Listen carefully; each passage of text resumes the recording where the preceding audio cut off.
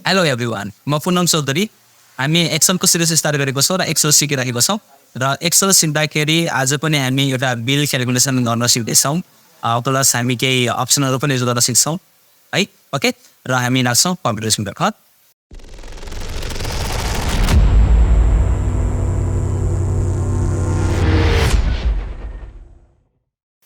Okay, र पहिला म एक्सल खोलिहाल्छौँ र एक्सल खोलिसकेपछि अब हामी आज सिक्दैछौँ एउटा अब यहाँनिर के युज गरिराखेका होइन, हामी सिकिसकेका अप्सनहरू छ यो बोल्ड, इटालिक, अन्डरलाइनहरू। ओके, यो जुन यो किबोर्ड अन्तर्गतका कुराहरू छन् यो cut, copy, paste, format, painter हामी सिकिसकेको छौँ। माइक्रोसफ्ट वर्डमै सिकेको छैन भने माथि लिङ्क आउँछ, त्यो बटनमा क्लिक गरेर हामी सिक्न सक्छौँ यिनीहरूलाई। र अरू पनि छन् यहाँनिर यो यो जुन छ यो त्यसका यो फोनका कुराहरू होइन, यो अनलाइनका कुराहरू हामी सिकिसकेको छौँ। र यहाँनिर एउटा अर्को छ यो टेक्स्ट डाइरेक्सन भन्ने ओरिएन्टेसन, र यसलाई हामी युज गर्न सक्छौँ। कसरी काम गर्छ जस्तै म यहाँनिर टाइप गरिदिन्छु कोठाही र यहाँनिर फ्रेनिङ टाइप गरिदिन्छु म र सेन्टर यसमा राख्छु है म सेन्टर। र यो जुन सेन्टर हामी यहाँनिर टाइप गरेको छौँ मैले, र यो अब यो होरिजेन्टल पोजिसनमा छ, केमा छ होरिजेन्टल पोजिसनमा छ। यसलाई मलाई यसको ओरिएन्टेसन एङ्गल चेन्ज गर्नु पऱ्यो, टेक्स्टको डाइरेक्सन चेन्ज गर्नु पऱ्यो भने म सिम्पली यसमा क्लिक गर्छु र यसले सोध्छ कुन एङ्गलमा चाहियो र हामी यसमा क्लिक गरेपछि यो त्यही एङ्गलमा छ, यो डाइरेक्सन चेन्ज भइहाल्छ यसको यो टेक्स्टको लागि। यहाँनिर थुप्रै एङ्गलहरू दिएको छ, यो हामीले चेन्ज गर्न सक्छ यसरी है। ओके, यो सिम्पल कुरा हो। त्यस्तै गरी यहाँनिर यो इन्डियनका कुराहरू छन्, इङ्ग्लिस इन्डियन, डिस्प्लेस इन्डियन होइन, यता अगाडि सार्ने कि पछाडि सार्ने भन्ने कुरो हो सेल्फ हो यो एरियाबाट। त्यसपछि अर्को छ हामीसँग बोर्डर। थोरै कुरा यसमा हामी थाहा पाएनौँ है बोर्डर अन्तर्गत। बोर्डर भनेको जस्तो कि हामी यो अहिले बोर्डर छैन, यसमा सेलेक्ट गरेर हामी यसमा गएपछि थुप्रै अप्सन छ है, button, top, left, right, no, all, यो चारैतिर लाइन हेर्छ है, यो भनेको बोर्डर हो।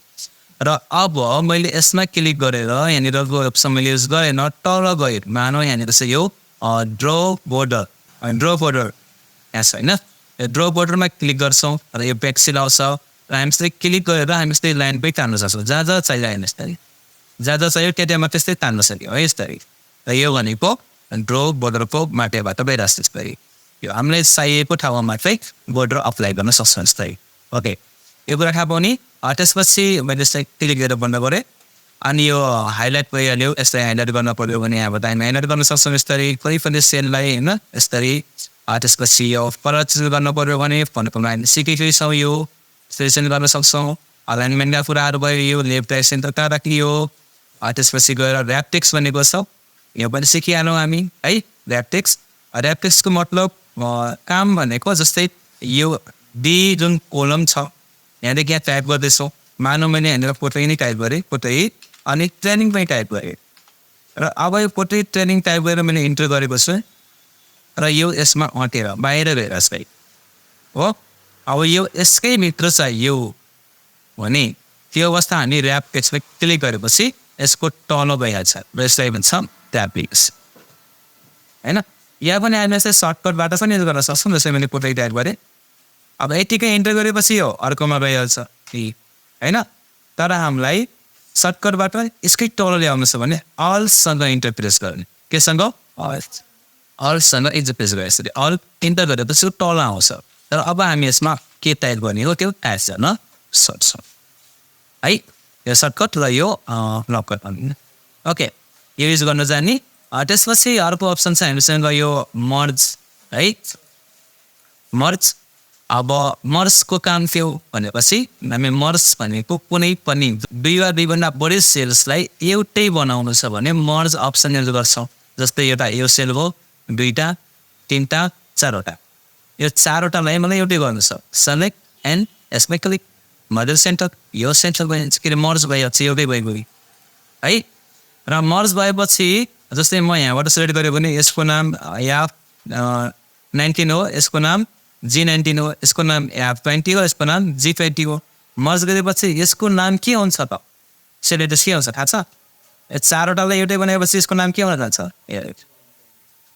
जुन सेल सुरुमा थियो नि यहाँनिर त्यही यसको नाम पुराको हुन्छ है, यो नभुल्ने फेरि। ओके, अनि यसमा अरू अप्सनहरू पनि छ नि मर्ज एन्ड सेन्टर जुन माथि नै छ मर्ज एक्रोस भनेको छ जस्तै मलाई यसरी 1 2 3 4वटालाई मर्ज गर्नु छ भनेपछि म यो 4वटालाई पुरै सेट गर्छु अनि मर्ज एक्रोसमा मैले क्लिक गर्यो भने यो यसरी मर्ज गर्नु छ यसरी स्विङ है यसरी ओके यो मर्ज गर्ने कुरा भयो र यसमा अरू पनि थुप्रै अप्सन चाहिँ मर्ज सेल्स र अनमर्ज सेल्स हैन यसरी क्लिक गरेर हामी मर्ज सेल्समा क्लिक गर्ने हो भने मर्ज पनि हुन्छ मर्ज मात्रै हुन्छ सेन्टर चाहिँ हुँदैन तर यो सुरुकोमा क्लिक गरेपछि मर्ज र सेन्टर दुईटै हुन्छ हैन र यसलाई हटाउनु पर्यो भने फेरि सेलेक्ट गरेर यसमा क्लिक गर्ने भयो यहाँ क्लिक गरेर अनमर्ज गर्ने भयो यो अनमर्ज पनि हुन्छ है त यो कुरा जान्ने र बाँकी कुरा चाहिँ हामी नेक्स्ट हेर्छौँ आज हेर्दैनौँ र यति जानिसकेपछि अब हामी यसमा केही बिल क्यालकुलेसन गर्न सक्छौँ आज पनि एउटा है ल मैले कम्प्युटर एन गर्दैछु र यसमा मैले यहाँनिर टाइप गर्दैछु ल मानौँ एसएन सिरियल नम्बर हाल्नै पर्यो अनि त्यसपछि गएर यहाँनिर क्वान्टिटी क्युटिवाई होइन त्यसपछि यहाँनिर के होला रेट होइन त्यसै गरी अमाउन्ट त्यसपछि अमाउन्ट पछि राख्नु पर्यो डिस्काउन्ट इन पर्सेन्ट है त्यसपछि यहाँनिर राख्नु पर्यो डिस्काउन्ट अमाउन्ट त्यसपछि राख्नु पर्यो हामीले यता नेट अमाउन्ट यति कुरा राख्नु पर्यो है ल सिरियल नम्बर यहाँनिर सिरियल नम्बर हाल्नै पर्यो हामीले यसरी कतिसम्म नम्बर छ कतिसम्म जाने भयो हाम्रो अनि आइटम कहिले यहाँ ल मैले सेलेक्ट गरेँ अब आइटम यहाँनिर थप्नु पर्यो भने ल मैले यहाँनिर जानी मिस्टेक गरेछु ल यहाँनिर आइटम थप्नु भयो आइटम सुट्या कसरी थप्नु यसको लागि चाहिँ एउटा यसको अगाडि चाहिँ नि हो यसमा राइट क्लिक गर्ने र इन्सर्टमा क्लिक गर्यो यो हेर्न सकिन्छ कुरो बुझ्यौ जहाँनिर चाहिएको त्यसको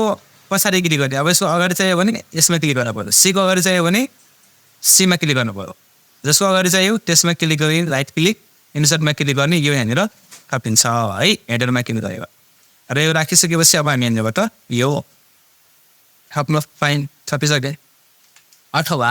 हामी यसमा क्लिक गरेर कन्ट्रोल अनि प्लस बटन प्रेस गर्ने हुन्छ थपिन्छ कसरी कन्ट्रोल प्लस र कन्ट्रोल माइनसले यो डिलिट पनि हुन्छ है र अब यहाँनिर हामी आइटम थप्न सक्छौँ आइटम अथवा बाँकीको होइन र यसमा अब हामी नाम लेख्छौँ के छ मोनिटर त्यसपछि CPU अरू माउस कीबोर्ड हार्ड डिस्क हैन र अब यहाँनिर कतिवटा चाहियो त हामी त्यो राख्छौँ र यहाँनिर मानौ 5 3 24 अनि 20 र 10 यति छ त्यसपछि रेट राख्नु पर्यो यहाँनिर रेट छ यहाँनिर यसको 7500 7500 10,000 250 500 र 5,000 ल यति छ 250 है अब अमाउन्ट निकाल्नु पर्यो अब यो भनेको एउटाको हो यो 5वटाको कति हुन्छ यहाँ निकाल्न हामी सिकेकै छौँ होइन इजिकल टु यो क्वान्टिटी मल्टिप्लाई रेट गरेपछि आइहाल्छ नि त्यसपछि डिस्काउन्ट अमाउन्ट निकाल्नु पर्यो यहाँनिर अब यो 37,500 को डिस्काउन्ट मानौ यहाँनिर 3% डिस्काउन्ट दियो यस्तो 3% ल 3% यसमा आइटम वाइज डिस्काउन्ट दियो 3% डिस्काउन्ट दियो यसमा 5% डिस्काउन्ट दियो होइन त्यसपछि यसमा 8% डिस्काउन्ट दियो अनि त्यसपछि यसमा 5% फेरि डिस्काउन्ट दियो अनि यसमा चाहिँ 7% डिस्काउन्ट दियो भने यो 37,500 को 3% को दरले डिस्काउन्टको दरले कति रुपियाँ हुन्छ यहाँ निकाल्नु पर्यो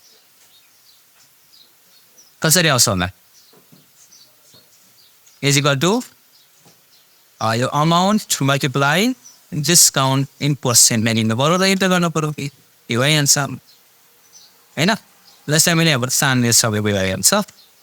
अनि त्यसपछि यो भइगयो अनि अब नेट अमाउन्ट निकाल्न छोडाउँदै अब पाउनु पर्ने पैसा अथवा दिनुपर्ने पैसा कति होइन भनेपछि इजिकल टु यो अमाउन्ट माइनस के हुन्छ डिस्काउन्ट अमाउन्ट र यो हाम्रो आउँछ यहाँनिर यसरी र नेसरी गएर मैले यसलाई तानिदिएँ अब त्यसरी यो सबै आइहाल्छ र यो भइसकेपछि अब यहाँनिर टोटल निकाल्नु पर्यो हामीले है यहाँनिर टोटल मर्देन एन्टर भ्याली गरिदिएँ मैले र यहाँनिर टोटल टाइप गरिदिएँ र यसमा यो सबै आइटम कतिवटा भयो निकाल्नु पऱ्यो भनेपछि यसमा क्लिक गरेर अटो सम लगाइदिएँ मैले इन्फो गरिदिएँ र यसलाई मैले क्लिक गरेर यहाँबाट यस्तरी तानिदिएँ यो मलाई चाहिए यसलाई डिलिट गरिदिएँ यो सबैको आइगयो र यसलाई मैले यहाँबाट सिलेक्ट गरेर यो जति छ माथि फललाई चाहिँ म कन्ट्रोल बीले बोल्ड गरिदिएँ र यसलाई पनि कन्ट्रोल बी प्रेस गरेर बोल्ड गरिदिएँ र सबलाई सिलेक्ट गरेर मैले यहाँबाट बोर्डर पनि अप्लाई गरिदिएँ प्लस यसमा कलर पनि अप्लाई गर्ने भयो हामी यहाँबाट कलर पनि अप्लाई गर्न सक्छौँ यस्तो है यसपालि कलर पनि अप्लाई गर्न पाइन्छ अथवा यता साइडमा अरू कुनै कलर या त्यही कलर जुन आफूलाई ठिक लाग्छ जुन आफूलाई मनपर्छ अप्लाई गर्न सक्यौँ होइन यसरी हामी यो बिल तयार पार्ने हो आज यो तयार पार्न सकेछ कि सकिँदैन भेरी सिम्पल हो होइन र यो तयार पारिसकेपछि म आज सबैलाई एउटा काम दिँदैछु के काम भनेपछि बुक छ भने पेज नम्बर पेज नम्बर 89 मा है पेज नम्बर 89 मा यो इस्टिमेट बिल छ यो इस्टिमेट बिल चाहिँ मलाई बनाएर देखाउनु पर्यो यो ओके है ओके आजको हाम्रो हो पहिला यो क्यालकुलेट गर्ने र यो इस्टिमेट बिल तयार पार्ने ओके किप वाचिङ कि प्र्याक्टिस थ्याङ्क यू